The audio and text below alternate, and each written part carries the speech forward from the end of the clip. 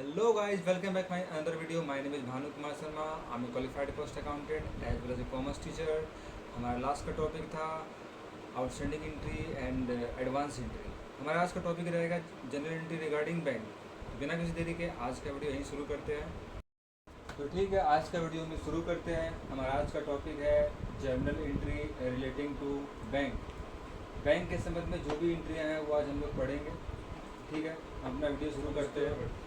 Video शुरू करने के पहले आपको दो या तीन चीज़ मैं आपको बता चुका हूँ, फिर से रिपीट मारता हूँ। कैश हो चाहे बैंक हो, ये दोनों ही हमारे लिए एसेट है। कैश हो चाहे बैंक हो, दोनों ही मेरे लिए एसेट है। और assets as per the golden rule, assets का बैलेंस डेबिट होता है। मैं यहाँ पे लिख रहा हूँ, एसेट्स का बैलेंस डेबिट होता है। किसी भी कारण से अगर आपका एसेट्स बढ़ता है तो वो डेबिट होगा, किसी भी कारण से आपका एसेट्स घटेगा तो वो क्रेडिट होगा। अब इस बैंक वाली एंट्री में दिक्कत ये आती है, ये कैश भी एसेट्स है, ये बैंक भी एसेट्स है। आपको बहुत ही केयरफुल तरीके से ध्यान रखना पड़ेगा कि कब कैश को दिखाना है और कब बैंक को दिखाना है। तब आप ये आज की बैंक वाली एंट्री आपको बहुत ईजी लगेगी। ये एंट्री इसलिए यूजफुल रहेगी क्योंकि आप as a accountant, as a commerce tutor, as a commerce student, as a market life में जहाँ भी आप जाओगे तो ये एंट्री अगर आपको अच्छे से आती है तो आप कॉमर्स में अच्छी कमांड बना सकते हो। तो ठीक है, मैं आज की पहली एंट्री शुरू करने जा रहा हूँ। शुरू करता हूँ।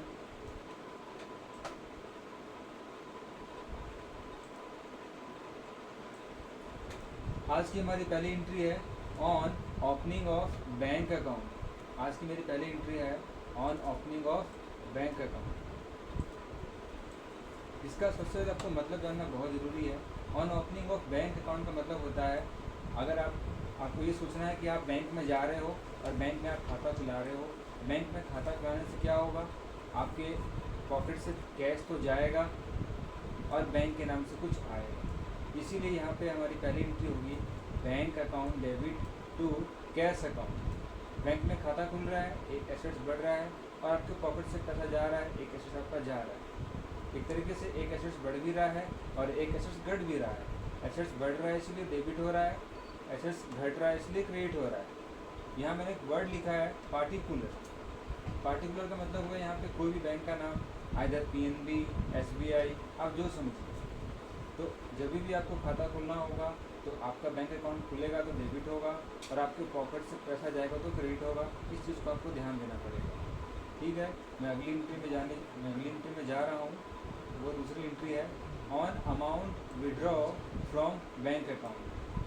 पहली एंट्री में हम लोगों ने पैसा लगाया था क्योंकि हमें बैंक में अकाउंट खोलना था। अभी हमारा बैंक में अकाउंट खुल चुका है, अब हम लोग पैसा निकाल रहे हैं। इसके लिए एंट्री मैं आपको बता रहा हूँ।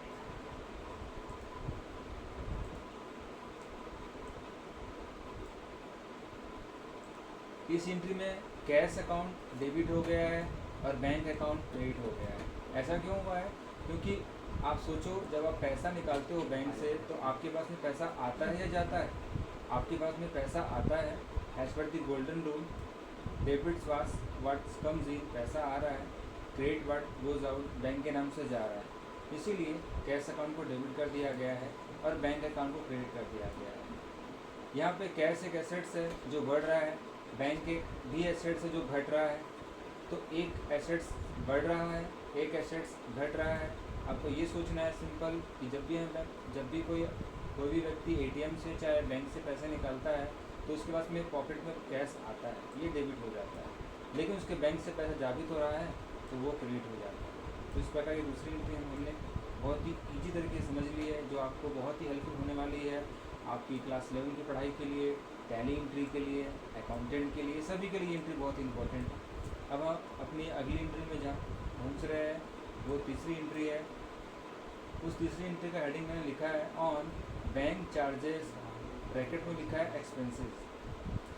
सबको पता है कि बैंक में खाता खुलने के बाद में कुछ अकाउंट में तो पैसे मेरे को मिलते हैं बट कुछ अकाउंट में पैसे कटते हैं, like current account. Current account के अंदर में आपके बैंक के खाते में से कुछ इंटरेस्ट चार्ज बैंक काटती है क्योंकि वो आपको सिक्योरिटी देती है, आपको वो बैंक में पैसे निकालने की सर्विस देती है, तो बैंक वहाँ पे कुछ चार्जेस काटती है। इसके अलावा एटीएम चार्जेस हो गया, एसएमएस चार्जेस हो गया, उससे भी आपका बैंक का बैलेंस घटता है।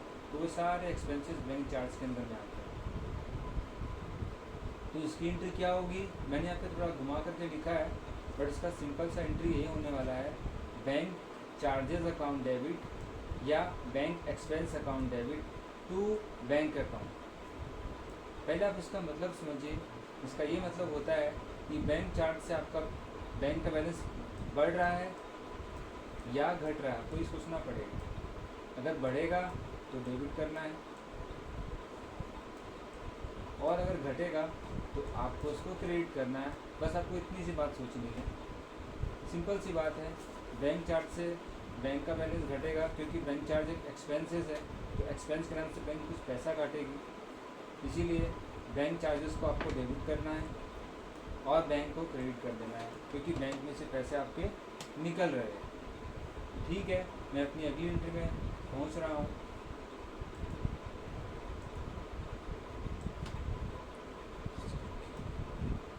हमारी चौथी एंट्री है जिसमें मैंने लिखा है one expense paid by cheque.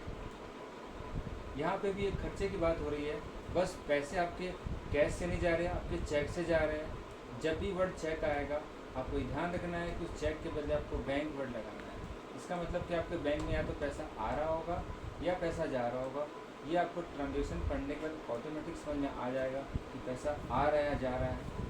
यहाँ पे लिखा हुआ है on expense paid by cheque. इसका साफ साफ मतलब है कि आप किसी खर्चे का भुगतान चेक के थ्रू कर रहे हैं, तो पैसा आया कि गया आपके अकाउंट में? आप पैसा तो नहीं आया, लेकिन आपका बैंक का बैलेंस बढ़ेगा या घटेगा? सिंपल सी बात है, यहाँ पेड वर्ड है और आपका पैसा एक्सपेंस के नाम से निकल रहा है, तो आपका एसेट्स घट रहा है, एसेट्स घट रहा है, इसीलिए बैंक क्रेडिट हो रहा है और एक्सपेंस डेबिट हो रहा है। और वैसे भी हमने प्रीवियस वीडियो में सीख चुके हैं कि debit all expense and losses, इसीलिए एक्सपेंस को डेबिट करना है और बैंक को क्रेडिट करना है। अब एक्सपेंस में कुछ भी हो सकता है। सपोज इनकम टैक्स आपने पे किया, तो आप क्या एंट्री पास करोगे? बहुत सिंपल सी एंट्री पास करोगे, income tax account debit to bank account. ये सिंपल सी एंट्री आप पास करके आप आगे बढ़ जाओगे। होप सो मैं जितना पढ़ा रहा हूँ आपको बहुत अच्छे से समझ में आ रहा होगा। मैं अपनी अगली एंट्री में पहुँच रहा हूँ। हमारी पांचवी एंट्री है, मैं उसके बारे में आपको बताने जा रहा हूँ। Just second. हमारी पांचवी एंट्री है वो बहुत ही सिंपल है, on check receive and deposit into bank same day. कोई पार्टी से आपको चेक मिला है और आप उसको बैंक के खाते में जमा कर रहे हैं, तो सिंपल सी बात है, जब भी बैंक में पैसा जमा होता है तो बैंक का बैलेंस बढ़ जाता है। इसीलिए हम लोगों को बैंक को डेबिट करना है और जो पार्टी आपको पैसा दिया है उसको आपको क्रेडिट कर देना है, क्योंकि आपका बैंक का बैलेंस बढ़ रहा है इसलिए डेबिट कर दिया गया है, और जिस पार्टी से मिल रहा है उस पार्टी को क्रेडिट कर देना है। ये गोल्डन रूल के पर्सनल अकाउंट के नियम से चला है, debit the receiver credit the giver. ये सिंपल सिंपल मैंने आपको बताई। इसमें एक और लॉजिक है, अगर आप बैंक में पैसा सेम डे जमा नहीं कर रहे हैं तो आपको इसके बदले 2 एंट्री पास करनी पड़ेगी। वो मैं कभी आपको दूसरे वीडियो में बता दूंगा। आज मैं मुख्य जो इम्पोर्टेंट एंट्री है वो मैं आपको बता रहा हूँ। आज की हमारी लास्ट एंट्री है जो बहुत ही इम्पोर्टेंट है, वो है on cheque dishonour. On cheque dishonour का मतलब क्या होता है? ऑन चेक डिसऑनर का मतलब होता है कि जो पैसा आपके अकाउंट में आया था वो किसी कारण से बाद में डिसऑनर हो गया। बैंक ने एक बार तो उसको एक्सेप्ट कर लिया, बट किसी कारण से या तो उसके अमाउंट में गलती है, डेट में गलती है, या टेक्निकल डिफ़ॉल्ट है, इसके कारण कि आपका चेक डिसऑनर हो गया। ठीक पांचवी एंट्री को आपको रिवर्स कर देना है। पांचवी एंट्री में हमने किया था bank account debit to party name account. Bank में पैसा आया था, पार्टी के नाम क्रेडिट हुआ था, ठीक उसका उल्टा एंट्री कर देना है, वापस से पार्टी के नाम को डेबिट कर देना है। एक तरीके से डेटर वापस खड़ा हो गया और बैंक का बैलेंस घट गया। जितने रुपए से बढ़ा था उतने रुपए से बैंक का बैलेंस घट गया। क्यों घट गया? क्योंकि चेक यहाँ पे बाउंस हो गया है, इसीलिए बैंक क्रेडिट हो गया है। तो बस आपको 2 या 3 बात इस वीडियो से समझ में आई होगी कि बैंक हो या कैश हो, दोनों ही एसेट्स है। बैंक हो या कैश के बारे में हो, आपको बहुत अच्छे से समझ में आ गया होगा। बैंक बढ़ेगा डेबिट करना है, कैश बढ़ेगा डेबिट करना है, बैंक घटेगा तो उसको क्रेडिट करना है, और कैश घटेगा तो क्रेडिट करना है। इस प्रकार आप एंट्री को अच्छे से समझ सकते हैं। होप सो मेरा वीडियो आपको ठीक से पसंद आ रहा होगा और सारे क्वेश्चन समझ में आ रहे होंगे। तो ठीक है, आज के लिए हम लोग इतने ही पढ़ते हैं। होप सो अगर आपको मेरा वीडियो पसंद आया हो तो वीडियो को लाइक कीजिए, शेयर कीजिए एंड सब्सक्राइब माई चैनल। मिलते हैं अपने नई वीडियो के साथ, तब तक के लिए स्टे ट्यून्ड।